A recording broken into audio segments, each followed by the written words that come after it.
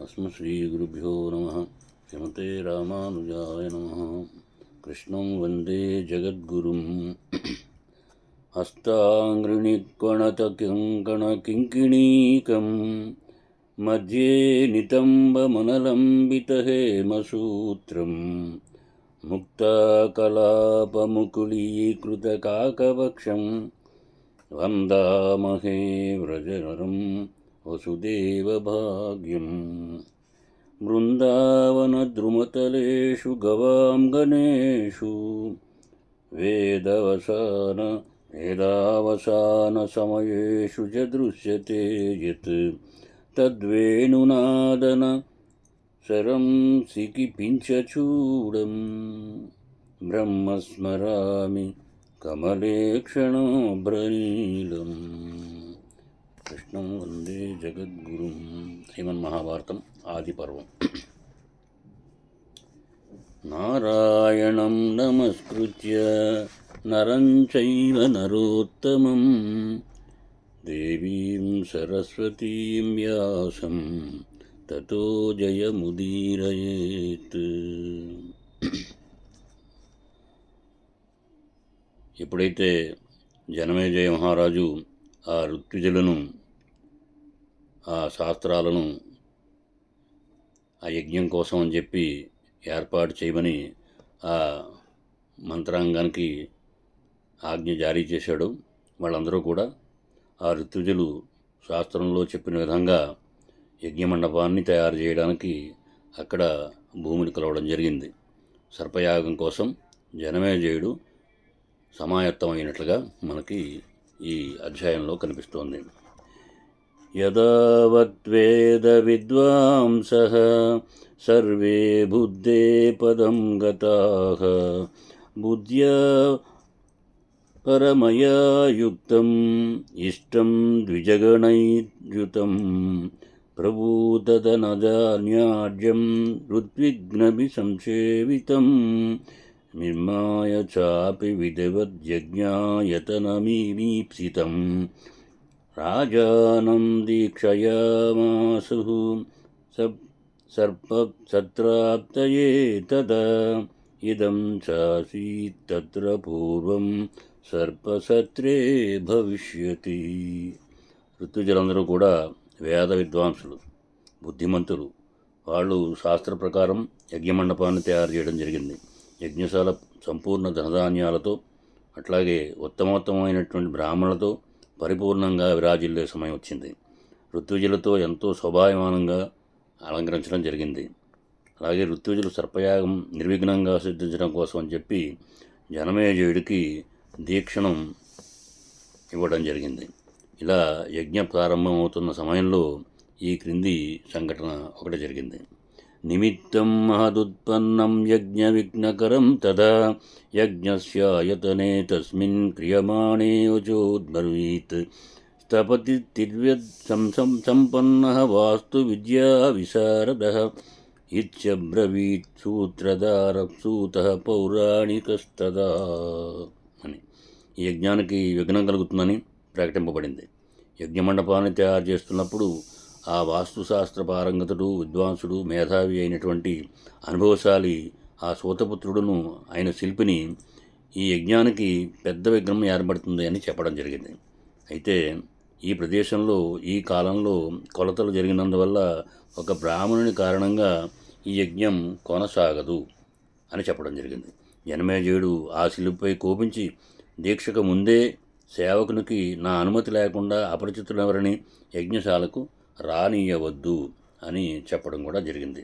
ఇది మహాభారతంలో ఆదిపర్వంలో ఆస్తిక పర్వం అనేటువంటి ఉపర్వంలో సర్పయాగ ప్రారంభాన్ని అనేటువంటి ఒక అధ్యాయం 51వ అధ్యాయాన్ని మనం అన్వయం చేసుకోవడం జరిగింది.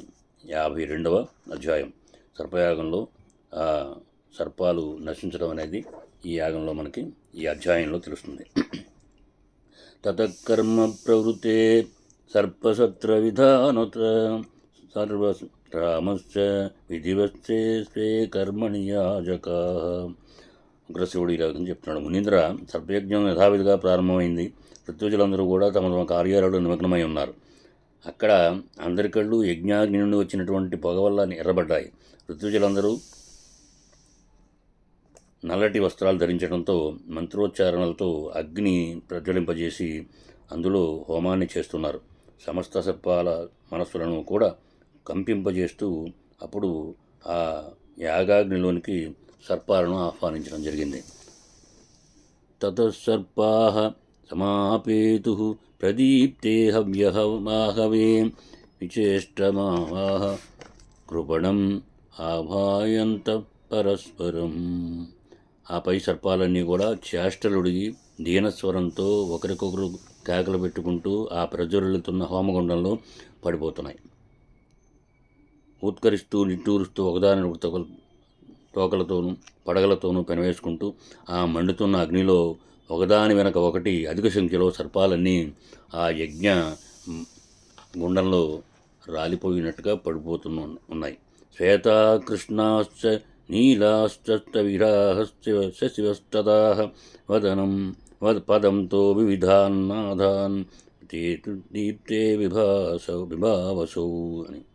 తెల్ల సర్పాలు, నల్ల సర్పాలు, నీల సర్పాలు, వృద్ధ సర్పాలు, శిశు సర్పాలు వీళ్ళ యొక్క ఆర్తనాదాలు చేస్తూ ఆ అగ్నిలో ఒకటొకటిగా అన్నీ పడిపోవడం జరుగుతోంది. కొన్ని సర్పాలు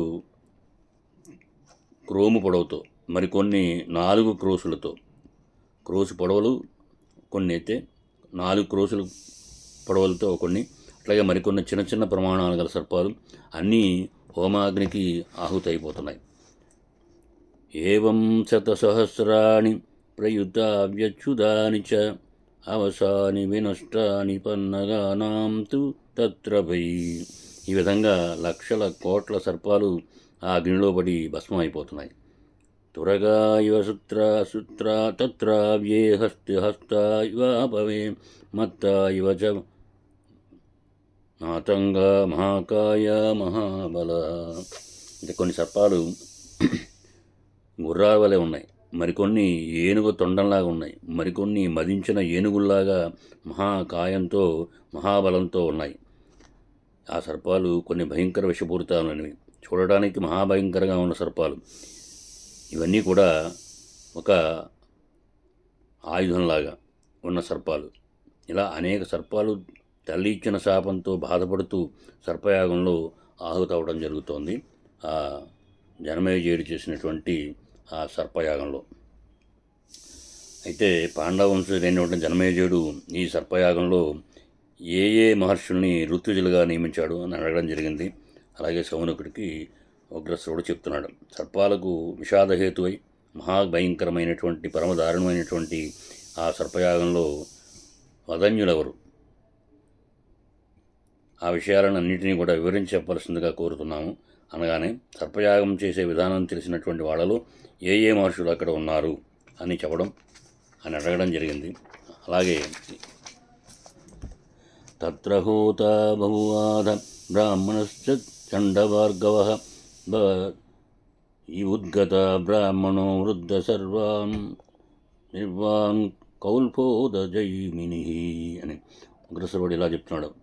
ఆ నరపాలుడు చేస్తున్న సర్పయాగంలో అప్పుడు ఋత్విజులుగా వదన్యులుగా సదస్సులుగా ఉన్న వాళ్ళందరూ కూడా మహనీయుల యొక్క పేర్లు నీకు చెప్తానని చెప్పి ఆ యజ్ఞంలో వేద పారంగతుడైనటువంటి చవనకుల విఖ్యాతుడైనటువంటి చండభార్గవుడు హోత, ఉద్గాత వృద్ధ బ్రాహ్మణుడైనటువంటి కౌత్సుడు, జైమినీ సారంగువులు బ్రహ్మలు, పింగళుడు ఆధ్వర్యుడు, ఈ రకంగా ఈ యాగంలోని పదత్యులను చెప్పడం జరిగింది. శిష్యపుత్ర సహితుడైనటువంటి భగవంతుడైనటువంటి వేదవ్యాసుడు, ఉద్దాలకుడు, శ్వేతకేతువు, పింగళుడు, అసితుడు, దేవరుడు, నారదుడు, అలాగే ఆత్రేయుడు, కండుడు, జఠరుడు, కాలఘలుడు, వాక్షుడు, స్వాధ్యాయుడు, వృద్ధుడు, ఇలాంటి మనందరూ శృతక్రతువు, శృతశ్రుతువు, అట్లా కోపాలుడు, దేవసమ్మ, మౌద్గల్యుడు, వారే కాక వేద విద్యాపారంగతులైనటువంటి ఇతరులు కూడా ఆ సదస్సులో సభ్యులుగా కూర్చుని ఉన్నారు. ఈ మహాసర్పయాగంలో ఋత్విజులు ఆహుతులిస్తూ మంత్రాలను చదువుతూ ఏ సర్పాలను పిలుస్తున్నారో ఆయా సర్పాలన్నీ ఆ యజ్ఞగుండంలో పడిపోవడం జరుగుతోంది. ఈ విధంగా యజ్ఞం నిరాటంకంగా ఆ యజ్ఞ గుండంలో ఏవైతే ఉన్నాయో వాళ్ళ పేర్లు పెట్టి పిలిచినవన్నీ కూడా ఆ సర్పాలన్నీ కూడా ఒకటొకటిగా వెనువెంటగా అన్నీ వచ్చి దాంట్లో అగ్నికి ఆహుతవటం కనిపిస్తోంది. అగ్నిలో పడి భస్మైనటువంటి ఆ సర్పాల దేహాలు మండి క్రొవ్వు కాలువలు ప్రవహిస్తున్నట్లుగా ఆ సర్పాలు అగ్నిలో పడుతూ ఉంటే వాటి నుండి వచ్చే దుర్వాసనతో కలిపే గాలి ఎట్లా ఉందంటే చాలా దుర్భరంగా అనిపిస్తోంది. ఆ సర్పాలు కొన్ని అగ్నిలో పడిపోతున్నాయి, మరికొన్ని ఆకాశంలో ఆగి ఉన్నాయి. ఆ ప్రకారంగా అగ్నిలో పడిపోతున్నటువంటి ధ్వనులు కూడా మనకి వినవస్తున్నాయి. జనమేజయుడు సర్పయాగం చేయడానికి దీక్ష పూనారని విన్న తక్షకుడు వెంటనే ఇంద్రుడి భవనానికి శరణ కోరడం కోసం వెళ్ళడం జరిగింది. అక్కడ ఇంద్రుడికి జరిగిన విషయం అంతా తక్షకుడు చెప్పాడు. అపరాధం చేసిన తక్షకుడు మిక్కిలిగా భయపడుతూ ఇంద్రుడిని శరణ కోరడం జరిగింది. ఇంద్రుడు తక్షకుడితో, నాగరాజ, సర్పయాగం వల్ల నీవు భయపడనక్కర్లేదు అని ప్రసన్న హృదయంతో చెప్పడం జరిగింది. నీ కోసం ఇదివరకే బ్రహ్మదేవుని దర్శనం చేసుకుని ఉన్నాను, కావున నీవు ఏమాత్రం భయపడనక్కర్లేదు. నీ మనసులో ఎంత చింత అనేది వదిలిపెట్టు అని ఇంద్రుడు తక్షకుడికి చెప్పడం జరిగింది. అప్పుడు ఆ విధంగా ఓదార్చినటువంటి ఆ తక్షకుడిని ఆ విధంగా దేవేంద్రుడు ఓదార్చడం జరిగింది. ఆ విధంగా తక్షకుడు సంతోషపడి దేవేంద్రుని యొక్క భవనంలోనే ఉండిపోవడం జరిగింది. అయితే సర్పాలన్నీ అగ్నికి ఆహుతవడం ఉండడం వల్ల వాసుకి మిక్కిలి దుఃఖించడం జరిగింది. అనేకులు మరణించారు, కొద్దిమంది మాత్రమే మిగిలారు. దీన్ని తలుచుకొని వాసుకి కుమిలిపోవడం జరిగింది. పన్నగోత్తముడైనటువంటి వాసుకి హృదయంలో బాధ, మోహం ఏర్పడ్డాయి. కలత చెందినటువంటి మనసుతో సోదరి అయినటువంటి జరత్కారుతో వాసుకి ఈ విధంగా అనడం జరిగింది. సోదరి, నా శరీరం దహించుకుపోతోంది, దిక్కు తోచడం లేదు, చెందాను. నా మనస్సు భ్రమిస్తోంది, కళ్ళు తిరుగుతున్నాయి, మనస్సు వికలమైపోతోంది. నేను కూడా వశం తప్పి ఆ సర్పయాగంలో పడిపోయే పరిస్థితి వచ్చింది. అంటే ఎక్కడున్నా, ఏ ప్రాంతంలో ఉన్నా, ఎన్ని కోట్ల మైళ్ళ దూరాల్లో ఉన్నా సరే ఆ మంత్రం చదివి ఆ పేరు చెప్తే వచ్చి ఆ గిరాలు తిరుగుతుంటూ వచ్చి ఆ దాంట్లో భస్మైపోవలసిందే, ఆ యజ్ఞగుండంలో పడవలసిందే. వాడు చేసే యజ్ఞం అంత పవిత్రమైనది, అంత దుర్బలమైనది. జనమేజయుడు చేసే యజ్ఞం మన సర్వలోక నాశనానికే జరుగుతోంది. నేను కూడా తప్పక యమలోకానికి వెళ్ళడం దగ్గర పడుతోంది. సోదరి, ఈ ఆపద నుండి రక్షించుకోవడానికే నిన్ను జరత్కారునికి వివాహం చేయడం జరిగింది. ఇప్పుడు ఆ సమయం వచ్చింది. నీవు బందికోడితో సహా మమ్మల్ని రక్షించవలసిన అవసరం ఉంది. సోదరి, పూర్వం స్వయంగా బ్రహ్మయ్య నాతో ఆస్తికుడే ఈ యజ్ఞాన్ని ఆపు చేయగలడు అని చెప్పడం జరిగింది కదా. అందుకని నేడు నీవు మా కష్టాలను తొలగించి మమ్మల్ని కాపాడడానికి ఆస్తికుడికి చెప్పు. అతడు బాలుడైనప్పటికీ కూడా పెద్దల వలె గౌరవపడతాడు, వేదవేత్తలు శ్రేష్ఠుడై ఉంటాడు అని చెప్పి ఈ విధంగా సోదరి అయినటువంటి జగత్కారుని వాసుకి వేడుకోవడం జరిగింది. ఇది శ్రీ మహాభారతంలో ఆది పర్వంలో ఆస్తిక పర్వమైనటువంటి ఉపపర్వంలో సర్పయాగంలో వాసుకి ఆవేదన అను 53వ అధ్యాయం మనకి కనిపిస్తోంది.